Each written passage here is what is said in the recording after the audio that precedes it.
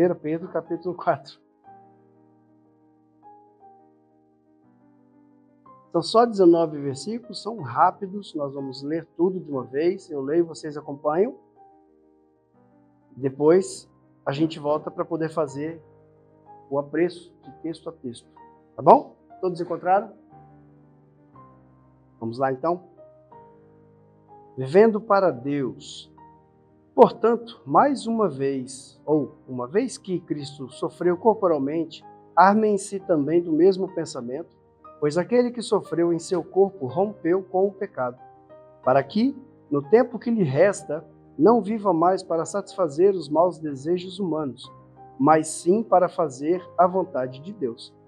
No passado, vocês já gastaram tempo suficiente fazendo o que agrada aos pagãos. Naquele tempo, vocês viviam em libertinagem, na sensualidade, nas bebedeiras, orgias e farras, nas idolatrias repugnantes. Eles acham estranho que vocês não se lancem com eles na mesma torrente de imoralidade e por isso os insultam. Contudo, eles terão que prestar contas àquele que está pronto para julgar os vivos e mortos. Por isso mesmo o Evangelho foi pregado também a mortos, para que eles, mesmo julgados no corpo segundo os homens, vivam pelo Espírito de Deus. Vivam pelo Espírito segundo Deus. O fim de todas as coisas está próximo. Portanto, sejam criteriosos e estejam alertas. Dediquem-se à oração, sobretudo, amem-se sinceramente uns aos outros, porque o amor perdoa muitíssimos pecados. Sejam mutualmente hospitaleiros, sem reclamação. Cada um exerça o dom que recebeu para servir os outros, administrando fielmente a graça de Deus em suas múltiplas formas. Se alguém fala, faça-o como quem transmite a palavra de Deus. Se alguém serve, faça-o com a força que Deus provê, de forma que em todas as coisas Deus seja glorificado mediante Jesus Cristo, a quem sejam a glória e o poder para todos sempre. Amém. Amados, não se surpreendam com o fogo que surge entre vocês para prová-los, como se algo estranho estivesse acontecendo. Mas alegrem-se à medida que participam dos sofrimentos de Cristo, para que também, quando a sua glória for revelada, vocês exultem com grande alegria. Se vocês são insultados por causa do nome de Cristo, felizes são vocês, pois o Espírito da glória, o Espírito de Deus, repousa sobre vocês. Se algum de vocês sofre, que não seja como assassino, ladrão, criminoso, ou como quem se intromete em negócios alheios. Contudo, se sofre como cristão, não se envergonhe, mas glorifique a Deus por meio desse nome. Pois chegou a hora de começar o julgamento de Deus pela casa de Deus. E se começa primeiro conosco, qual será o fim daqueles que não obedecem ao Evangelho de Deus? E, se ao justo é difícil ser salvo, será que ao ímpio e pecador? Ou melhor, se ao justo é difícil ser salvo, o que será do ímpio e pecador?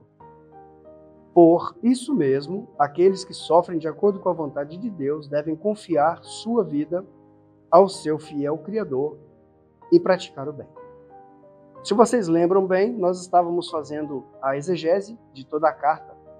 Já fizemos o capítulo 1, 2, 3 e hoje é a vez do capítulo 4. Você se lembra, a gente já falou sobre isso, que todo o ambiente cultural que havia naquela época, principalmente em Roma, como é citado no primeiro capítulo, no segundo capítulo dessa carta, era um ambiente de uma revolução, estava para acontecer uma revolta. Como nós já falamos, mais possivelmente essa carta possa ter sido escrita próximo da revolta de Nero, quando ele começa a atear fogo na cidade velha de Roma, para poder reformar a cidade. E ele usa os cristãos para poder tomar culpa, sendo que os cristãos, então, eles não eram tão perseguidos abertamente. Começa, então, uma perseguição muito forte. Muitos dos romanos que aceitavam o Evangelho, eles eram tomados das suas posses, eles perdiam suas casas, perdiam o título de cidadania romana e, em último caso, eles eram também decapitados. Acontecia muito dos que não eram cidadãos romanos, de eles serem usados como tochas vivas.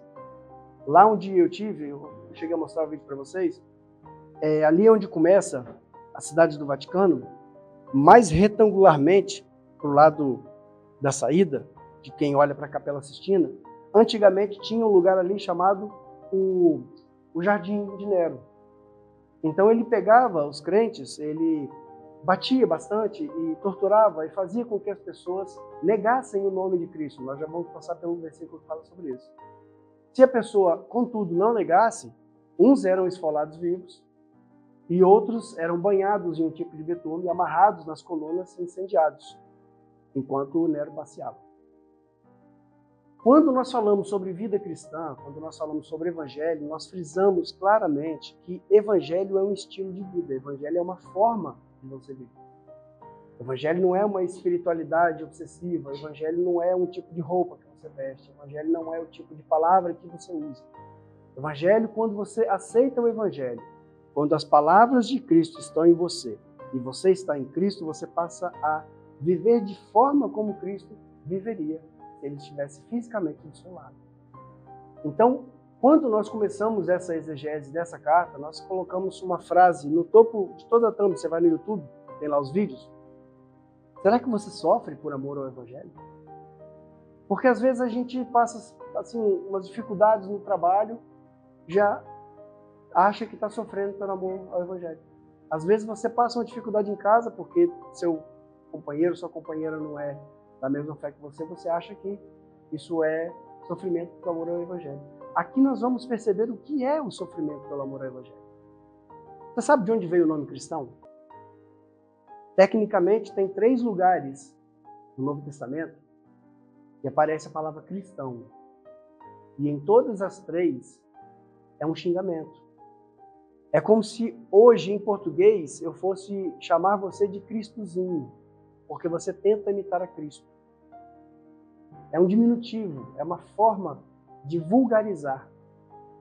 Então, quando uma pessoa era chamada de cristã nessa época, era uma forma de menosprezar a fé. Contudo, tudo isso que aconteceu e o Evangelho chega para nós com essa forma tão pura, tão limpa, demonstrando o real significado da palavra de Deus, do Evangelho de Deus na vida do homem, você consegue identificar que ser cristão é mais do que um encontro semanal no domingo. Louvor a Deus é mais do que você estar aqui dentro. Um culto de adoração, ele começa lá na tua casa, quando você acorda de manhã. É o jeito com que você fala com a sua família, é o jeito com que você trata os seus filhos, é o jeito com que você faz negócio, é o jeito com que você dirige. Este é o real Evangelho. E quando Pedro, quando Paulo, quando João escreve as suas cartas, encorajando os seus discipulados, encorajando os seus seguidores a viver de forma digna. Lembra quando nós fizemos a exegese da carta de Paulo aos Filipenses? Vivam de forma digna do Evangelho. Não adianta eu estar aqui bonito, falando, pregando versículos e lendo a Bíblia, sendo que ali fora eu sou um péssimo exemplo de pessoa. Quem me conhece é minha esposa. Quem me conhece os meus filhos. Porque eles estão comigo o tempo todo. Então, quando a gente fala sobre estilo de vida, evangelho, estamos falando de pessoas que decidiram morrer. Pessoas que abriram mão das suas vidas. E foi isso que Jesus disse. Negue-se a si mesmo. Tome a sua estaca de execução, a sua cruz. Venha após mim, porque eu vou ser executado numa cruz. Como se fosse um criminoso. E como Paulo fala em Gálatas, já não sou eu que vivo mais. É Cristo que vive em mim. E essa vida que agora eu vivo nesse corpo é para agradar o Filho de Deus. Que morreu e se entregou por mim no meu lugar. O Evangelho é um estilo de vida. Pregação de Evangelho não é isso aqui que a gente está fazendo agora. Isso aqui é um anúncio de uma coisa que está escrita, vocês vão internalizar isso no coração. Pregação do Evangelho é o que nós falamos no primeiro capítulo dessa carta. Quando as esposas primeiro ou segundo, terceiro, já não lembro, mas no início da carta, quando as esposas se convertiam ao Evangelho e os maridos romanos não eram da mesma fé, elas poderiam ser mortas pelo marido, porque mulher naquela época era um objeto. Mulher naquela época era uma possessão. Então, Pedro diz o seguinte, você tem que evangelizar o seu marido em palavras, com o seu comportamento. Porque se você for falar com ele, se você for se sobrepor a ele, ele já vai dar um jeito de acabar com isso. Então hoje, nessa era que nós vivemos, não adianta falar bonito. Não adianta colocar um hino da Cassiane no carro enquanto você dirige. Se o seu comportamento lá na rua não é digno da palavra que você prega. Evangelho é um estilo de vida. Então ele começa dizendo assim: portanto, uma vez que Cristo sofreu na carne, armem-se também vocês mesmos com o mesmo pensamento. Pois aquele que sofreu na carne deixou o pecado. Ele fala, portanto, porque ele estava dando sequência ao capítulo 3. Lembre-se que quando a carta foi escrita, era um rolo de pergaminho que era lido de uma vez só. Não tinha capítulo 1, capítulo 2, capítulo 3. Era toda uma história. Nós, lá para o século XVIII, XIX, que a gente começou a colocar capítulos e versículos. Mas era tudo um texto só. Então ele fala, portanto, para dar ligação com o texto da aula passada, do vídeo passado. Cristo sofreu na carne. Se o Filho de Deus decidiu vir, como diz Paulo, Gálatas capítulo 4:4, ele é ser humano, nascido de mulher, debaixo da lei, para tentar ganhar os que estavam debaixo da lei, se ele sofreu na lei, se ele foi morto pela lei, o que te faz pensar que a igreja vai ser aplaudida? Nós vamos sofrer também. E temos que ser preparados para isso.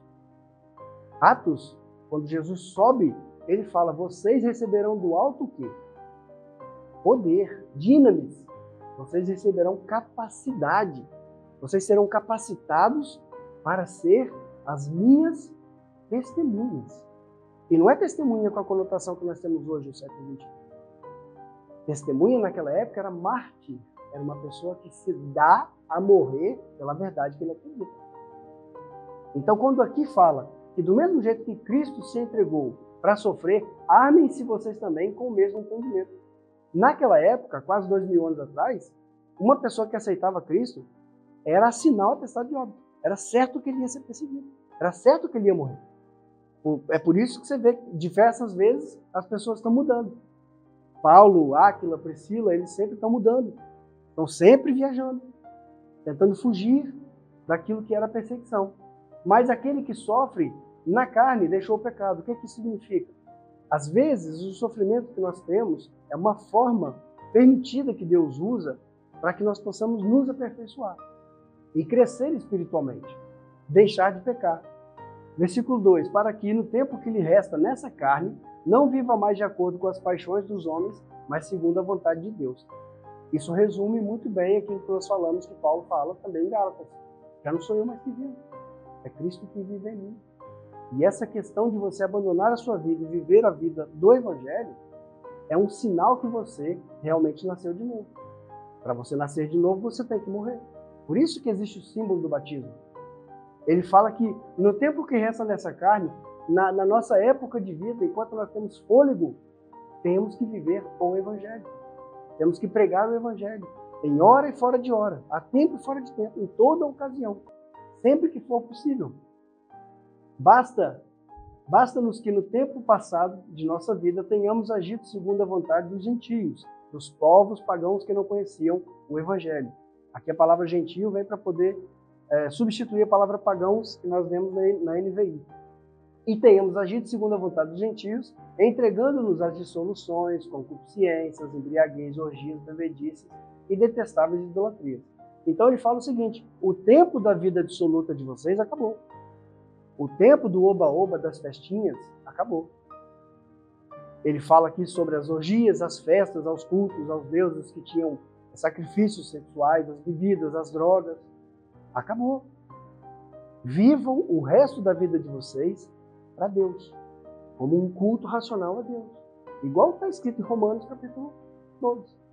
Ofereçam-se a si mesmo como um culto racional, que mostra a lógica do seu culto. Qual que é a lógica da sua adoração? Você entende por que você adora a Deus? Você entende a razão pela qual você se junta para adorar a Deus? Existe um motivo por isso. Então chega de essas embriaguezes, as orgias, as bebedices.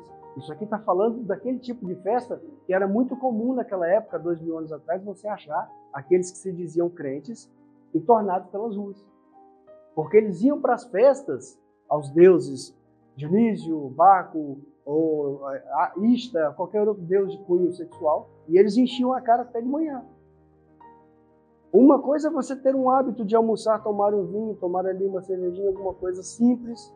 Outra coisa é você, como se diz, né, meter o pé na jaca e cair para chutar o pau da barraca, né? Lá em Minas, chutar o balde. Porque a gente sabe que o controle que o ser humano tem é fraco. Então nós precisamos nos revestir de Cristo para viver uma vida sóbria. Daqui a pouco nós vamos passar por um texto que fala: vocês têm que ser sóbrios, vigilantes. Não está falando de bebida alcoólica, está falando de sensatez. Nós precisamos olhar e discernir o tempo. Antigamente você conseguia sair na rua e você via como é que estava a situação. Pelo ar que tinha, você já conseguia perceber. Agora é guerra para todo lado, é bagunça de toda forma. Isso dentro e fora da igreja. O que está acontecendo dentro da igreja? Quanto nós temos falado e ensinado a respeito da igreja? Que tem sempre levado as pessoas como se fosse... Lembra do filme Matrix? Cada ser humano era comparado com uma pilha. E o cara estava lá só para ser sugado. É isso que está acontecendo. Você vai na igreja, Jesus, Deus, Criador, Espírito Santo, você quase não ouve falar. Mas de dinheiro, de bênção, prosperidade, de campanha, meu Deus, parece que o culto só gira em torno disso. Perdemos o foco. Perdemos o centro da adoração. Lembra quando nós falamos da exegese que a gente fez na carta de Filipenses? Que Paulo compara o crente como se fosse um corredor, que na época dos Jogos Olímpicos e Istmicos tinha aquela faixa e o homem tinha que correr todo o percurso pisando numa linha desenhada no chão. Mesmo que ele ganhasse, em primeiro lugar, se ele tivesse pisado em algum momento fora da linha, ele não ganharia o louro da vitória? Exatamente isso. O crente tem que viver pisando sempre na linha, de olho nas situações, o que está acontecendo. Será que o comportamento que eu tive agrada a Deus? Será que o comportamento que eu tive expressa o evangelho para o meu irmão? Será que ela vai me ver na rua e vai falar que eu sou um homem de Deus ou que eu sou... O que eu estou transparecendo para as pessoas? Isso tudo está embutido na vida do evangelho. Porque o evangelho é um estilo de vida. O evangelho não é uma modinha. Depois ele fala que eles se estranham que vocês não se juntam mais com eles no excesso e na devassidão e falam mal de vocês. Versículo 5. Aqueles que hão de prestar contas, aquele que é competente para julgar os vivos e mortos. Então, naquele tempo vivíamos dessa forma, hoje não vivemos mais. Então, as pessoas que nos julgam, principalmente os parentes, os amigos, que eram aquelas pessoas que iam para farra com a gente, e via todas as coisas que a gente fazia. As pessoas do trabalho, vê como é que a gente trabalha, vê como é que a gente fala, como é que a gente age. Quando a gente para de agir dessa forma, eles começam a criticar. Aí daí vem o nome, o cristãozinho, olha o crente. É exatamente disso que o Pedro está falando aqui. Lembre-se que essa carta foi endereçada para uma sociedade há 2000 anos atrás. E as pessoas poderiam correr o risco de ser mortas só por ter o nome de cristão. Então eles vão prestar contas a Deus, porque quem julga toda a situação é Deus. Depois ele fala aqui, por isso, pois o evangelho também foi pregado aos mortos para que, embora julgados na carne segundo os homens, vivam no espírito segundo Deus. Lembra no capítulo 3, versículo 19, 20, 21, 22, que a gente falou sobre aquele texto polêmico, muito difícil da gente interpretar, que fala sobre a pregação de Cristo no mundo espiritual, e nós demoramos um bom tempo aqui falando, explicando a respeito do texto. Aqui ele fala a respeito de pregação a mortos, mas não é mortes físicas. Não é uma pessoa que morreu. A palavra é bem clara, que o homem foi ordenado que morra uma única vez, seguindo-se após isso o juízo. Está escrito em Hebreus. Nós cremos que a pessoa, ao momento que morre, está selada a sua vida. Então Deus é que sabe, o julgamento foi realizado e essa pessoa presta conta com Deus, para bem ou para mal. Aqui a pregação a vivos e mortos fala das pessoas, como nós, que já estamos mortos para o pecado. Paulo, quando ele escreve aos Romanos, ele fala isso. que a lei de Deus, a lei que foi dada lá 3.000, 4.000 anos atrás, a lei que foi dada no Sinai, ela é pura, ela é santa, ela é boa. Mas se não fosse a lei que me falasse que eu sou um pecador, eu não saberia o que é o pecado. Aí mais na frente, no discurso dele, Paulo vai dizer, é por isso que a lei me matou. Eu para a lei estou morto e já não vivo mais. Então se eu estou morto para a lei, eu estou vivo para Cristo, eu estou vivo para Deus. É disso que Pedro está falando. Os mortos aqui se tratam das pessoas que resolveram abdicar a sua vida, estar mortos para o mundo, estar mortos para o pecado, para viver a vida de Deus. Também fala em Colossenses, também fala em Efésios. Nós, os que outrora estávamos mortos nos nossos delitos e pecados, lembra? Já falamos sobre isso aqui. Então o texto, quando fala que o evangelho foi pregado a mortos, é nesse sentido. Pregação aos que decidiram morrer no corpo, no pecado, para viver o resto da vida para Deus. E ele fala depois, o fim de todas as coisas está próximo. Portanto, sejam criteriosos, aqui é que fala sobre os sóbrios, mantenham-se sóbrios para suas orações. O que ele quer dizer com isso? Muito tem se falado a respeito da volta de Cristo. Os milenianos, os pré-milenialistas, os pós-milenialistas, tribulacionistas, pré-prós, uma bagunça toda aí que fala a respeito disso. Para nós isso não interessa em nada, porque nós cremos na graça de Deus. O que Deus mandar com que a gente faça, a gente vai fazer. É para passar na grande tribulação? Amém, vamos passar na grande tribulação. Não, Jesus vai vir e vai arrebatar todo mundo. Ótimo, glória, já vai cortar o caminho na metade. Mas para nós o que interessa é estar sóbrio, estar vigilante, é entender o evangelho que você vive. É você acordar de manhã e você ler um texto, você ficar o dia todo com aquilo na cabeça pensando, meu Deus, o que isso influencia na minha vida? O que esse texto, o que esse evangelho quer dizer para mim? O que eu ouvi lá na igreja que eu preciso melhorar? Porque é isso que nós fazemos aqui. O culto de adoração, como a gente fala, é lá fora. Aqui somos várias igrejas pensantes, várias pessoas que se reúnem como um todo para que possamos adorar a Deus e dar a Ele o nosso louvor, nossa honra e a glória, e é dele para todo sempre. Porque dele, por ele, para ele, são todas as coisas, né? Então ele fala aqui, o fim de todas as coisas está próximo. Pense bem no seguinte, um povo há 2.000 anos atrás, que não sabia se ia deitar, se ia conseguir dormir e acordar no outro dia. Pessoas que eram espancadas e espoliadas enquanto dormiam. Soldados romanos invadiam as casas, lembre-se que não havia igrejas.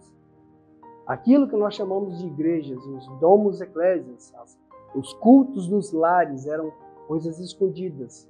Até a chegada de Constantino e toda a sua vontade de ser cristão, o culto ao que nós chamamos de cristianismo era proibido. Pessoas que eram encontradas em adoração que não seja ao imperador, ele era massacrado.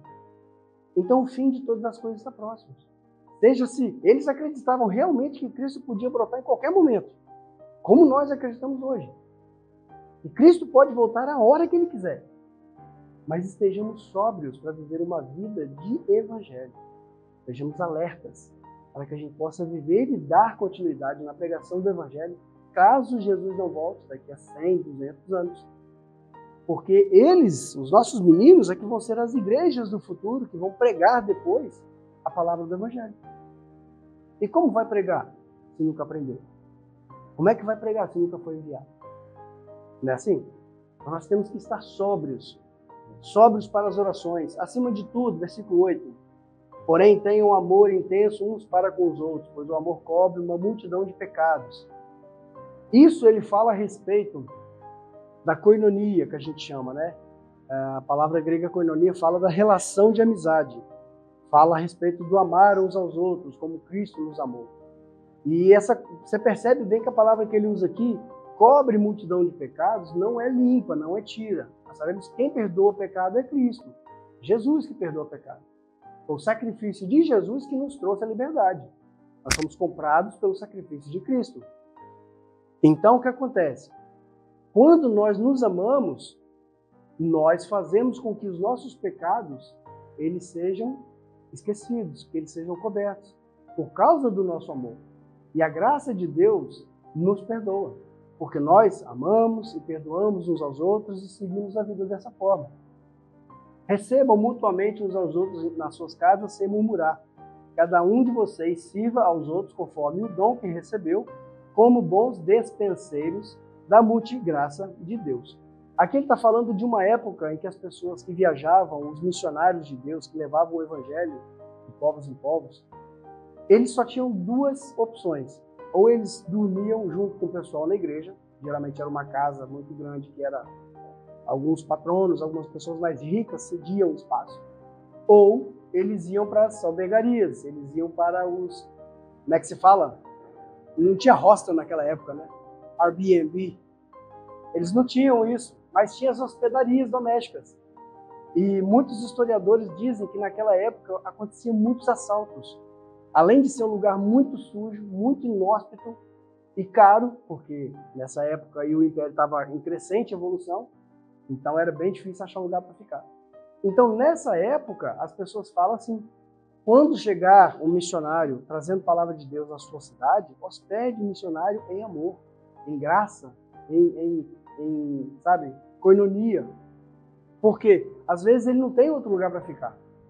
Hoje nós sabemos a dificuldade que é você hospedar uma pessoa no século XXI.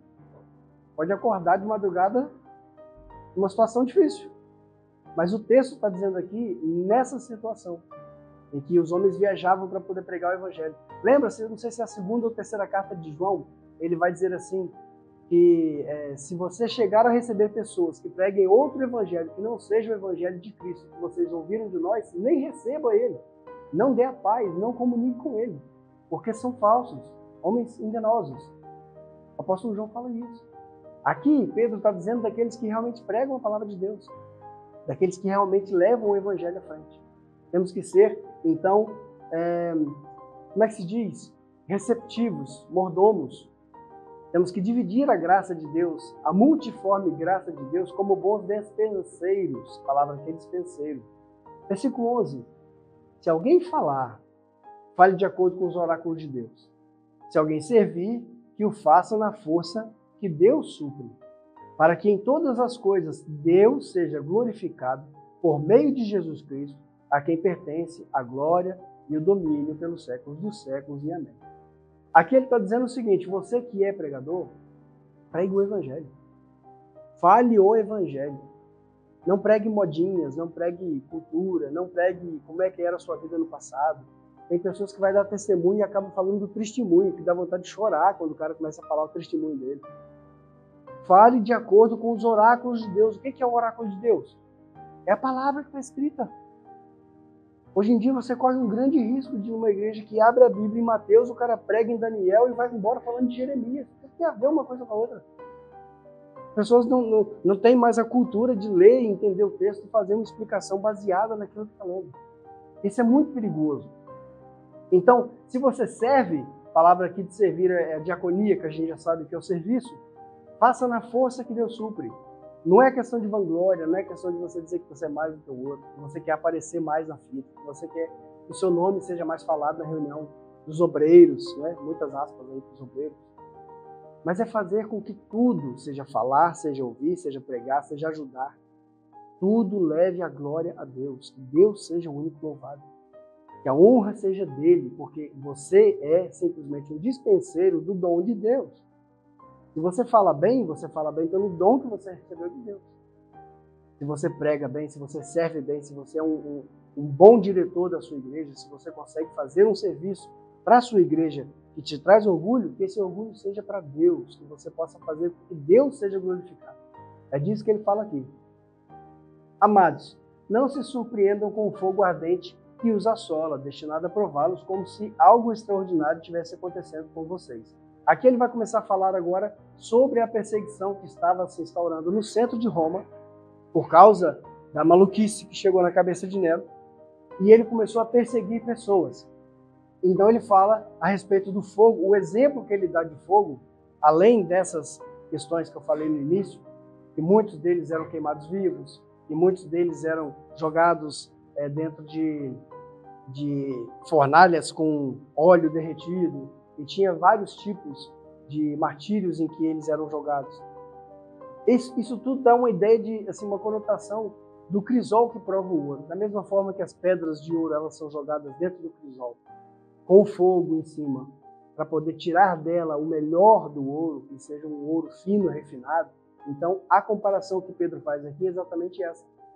Não ache que a provação que aconteça com você seja algo estranho. É realmente algo necessário para que a fé floresça.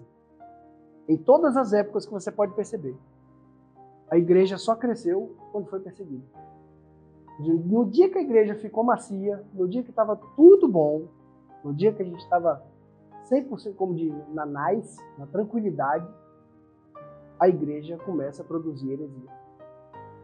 Então, às vezes, é necessário certos tipos de provação para que possa realmente tirar. Aqui na semana passada, eu falei na abertura do culto sobre a diferença do trigo e do joio. Qual que é a diferença do trigo e do joio? Você pega as duas espiguinhas assim, é a mesma coisa. Não tem diferença nenhuma. Mas quando você esmaga, só o trigo tem fruto.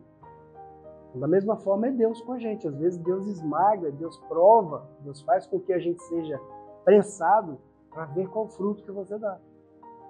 Se é só palha, o que é que Jesus disse na parábola? Se é só palha, vai ser recolhido e queimado na fornalha. Então, da mesma forma é aqui. Ele coloca o fogo como sendo um tipo de provação permitida por Deus. Versículo 13 fala assim: mas alegre-se na medida em que são coparticipantes do sofrimento de Cristo, para que também, na revelação da sua glória, vocês se alegrem exultando. O que ele quer dizer com isso? Será que falta alguma coisa que Cristo deveria fazer para que a gente possa fazer? Será que falta sofrimento que a gente precisa sofrer para poder cumprir o sofrimento de Deus? É claro que não. Mas levando em consideração que Cristo é o cabeça e nós somos o corpo, então todo o sofrimento do corpo é o sofrimento da igreja, o sofrimento de Cristo, ele permanece. Enquanto nós estamos sofrendo, Cristo está sofrendo também. E todo o sofrimento que Cristo ele teve por ser o Messias, consequentemente vai cair sobre nós. Mateus capítulo 5 ele fala a respeito disso. Vocês serão felizes, vocês serão bem-aventurados quando vocês sofrerem todo tipo de perseguição e desavença por causa do meu nome. E ele fala aqui, versículo 14, se vocês são injuriados por causa do nome de Cristo, bem-aventurados vocês são, porque o Espírito da glória, o Espírito de Deus repousa sobre vocês, enquanto para eles é blasfemado, para vocês é glorificado. Aqui fala-se a respeito do nome de Deus, de Jesus, porque todo aquele que se fixava no nome de Jesus, ele era morto. Chegou uma época que o imperador se coloca como Deus, ele é o divino Augustus, ele é o chefe. Então, ninguém podia queimar incenso ou oferecer nenhum tipo de adoração ou respeito que não fosse para o imperador. E quando um cristão era pego adorando, numa reunião como nós aqui, os soldados perguntavam, nega Jesus e adora o imperador. E aí ele vai falar, não, o Senhor é Cristo. É por isso que a palavra fala, todo aquele que chamar Cristo de Senhor, ele vai acabar morrendo. Porque a pregação da palavra leva você a perceber que nós vivemos no reino de Cristo. Ele é o nosso rei. E se ele é o nosso rei, nós vivemos de acordo com a pregação do Evangelho, falar do amor de Cristo acaba sendo para eles, os de fora, um crime. Então ele fala aqui a respeito disso. E vocês vão ser felizes porque, por serem injuriados no nome de Cristo, sobre vocês tem o Espírito de Deus. Mas nenhum de vocês sofra como assassino, ladrão, malfeitor. Ou seja, se nós sofremos por ser linguarudo, fofoqueiro, desavenço, se nós sofremos porque cometemos crimes, porque vivemos de vida errada, que louvor a gente tem para Deus? A gente está sofrendo o real julgamento do erro que a gente cometeu. Né? O Gil vai ser pego roubando galinha, vai ser preso. Chega lá na prisão, ele vai chorar dizendo que ele está sendo provado por Deus. Você acabou de roubar uma galinha? Como é que você está sendo provado por Deus? Agora, se você disser que você estava no local que é perseguido pela pregação do Evangelho, e você prega o Evangelho, você é capturado, você sofre, aí você sofre por amor a Deus. Aí você sofre pelo Evangelho. É por isso que a gente vê a diferença de uma igreja verdadeira e uma igreja Nutella. Uma igreja que faz uma campanha de 7 sexta-feira para conseguir trocar de carro, não consegue, o cara chora. Veja que é a vida desses homens, que eram capturados, que eram torturados por causa do amor a Cristo. Então Pedro fala, se você sofre por fazer o errado, bem feito. porque a justiça tem que ser feita, né? Mesmo que o chefe do Estado seja Nero, que era um homem altamente perverso, e quase todos os imperadores seguiram a mesma linha, mas nós cremos que Deus controla tudo, então Deus permitiu que esse Nero subisse ao poder. Certo? Nenhum de nós acha que Nero foi suficientemente forte para poder derrotar Deus e tomar Roma. Ele estava lá porque Deus quis que ele estivesse lá. Por quê? Deus tem um propósito. Eu não sei, mas Deus sabe. Depois ele fala, mas se você sofre como um cristão, não se envergonhe. Ao contrário, glorifique a Deus com esse nome. Antigamente, cristão era um xingamento. Hoje em dia, cristão é orgulho. Uma pessoa pergunta a você de que igreja que você é, eu sou cristão.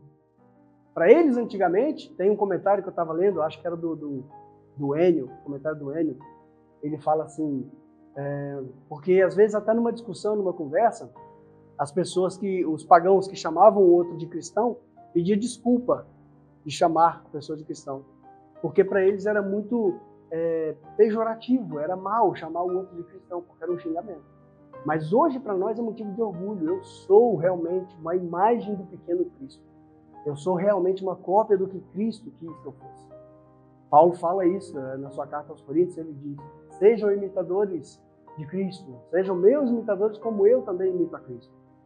E depois ele fala aqui, versículo 17, porque já chegou a hora de iniciar o juízo pela casa de Deus, e se ele começa primeiro por nós, qual será o destino daqueles que não obedecem a Deus? Aqui, Pedro usa de um texto do Antigo Testamento, ele vai usar, se eu não me engano, é Provérbios, deixaram aqui na outra Bíblia, versículo 17. Ele usa Provérbios, capítulo 11, 31, para poder falar. Se nós que procuramos viver uma vida reta, viver de acordo com o Evangelho, a gente passa por um perrengue, uma perseguição, uma dificuldade, uma tribulação, imagina como será no final da vida de uma pessoa que não tem Cristo. Vai ser ainda mais ferrenho, mais difícil, porque nós, daqueles que não obedecem ao Evangelho de Cristo. Ao 18. E se o justo é salvo, com dificuldades onde comparecerá? Se o justo é salvo com dificuldade, onde comparecerá o ímpio ou o pecador? É uma pergunta que ele faz aqui. Portanto, também aqueles que sofrem conforme a vontade de Deus, entreguem suas almas ao fiel Criador na prática do bem. Pedro, ele está declarando uma forma de viver. Se você ler toda a carta seguida, capítulo 1, 2, 3, 4, até 5, você vai perceber que ele te dá dicas de como viver em meio a essa sociedade. Já era difícil para ele fazer isso há 2000 anos atrás. Ainda mais difícil é hoje. E nós temos a certeza de que o Evangelho ele foi feito para ser anunciado. Como nós dizemos aqui, Evangelho é salvação de almas, não é para salvar empresas. O Evangelho é para a propagação do reino de Deus. Nós cremos que Deus é bom, nós cremos que Deus abençoa, nós não temos nada contra bênçãos materiais. Mas o Evangelho não fala disso. O Evangelho fala de vida com Deus. O Evangelho fala de transformação. O Evangelho fala de um estilo, uma maneira de viver. E Pedro deixa isso bem claro quando ele termina. Portanto, também aqueles que sofrem conforme a vontade de Deus, entreguem suas almas ao fiel Criador na prática do bem. Porque às vezes a pessoa pode falar assim, poxa, se é para sofrer tanto, o que adianta? Tem pessoas que desistem. Se é para sofrer desse jeito, o que adianta ser crente? Eu vou deixar de fazer tanta coisa que eu gosto, em nome de uma fé, e ainda vou sofrer? Mas nós entendemos o real motivo do Evangelho. Nós entendemos que Deus, para nós, Ele é o início, Ele é a criação, Ele é sabe, como foi falado aqui no primeiro capítulo de Colossenses, Jesus é o princípio de tudo. Jesus é o primeiro em todas as esferas da vida. Nós cremos que o Evangelho, ele é salvação para nós. E nós vivemos de acordo a louvar a Deus pelo Evangelho. Fazer com que mais e mais pessoas consigam entender, chegar ao entendimento dessa verdade. E fazer com que o Evangelho possa atingir o máximo de corações possível. Para que a gente possa fazer com que, naquele dia que nós nos encontrarmos de novo com Deus, quando Cristo voltar e estabelecer para nós o descanso, que nós possamos ter o máximo de irmãos possível. Amém?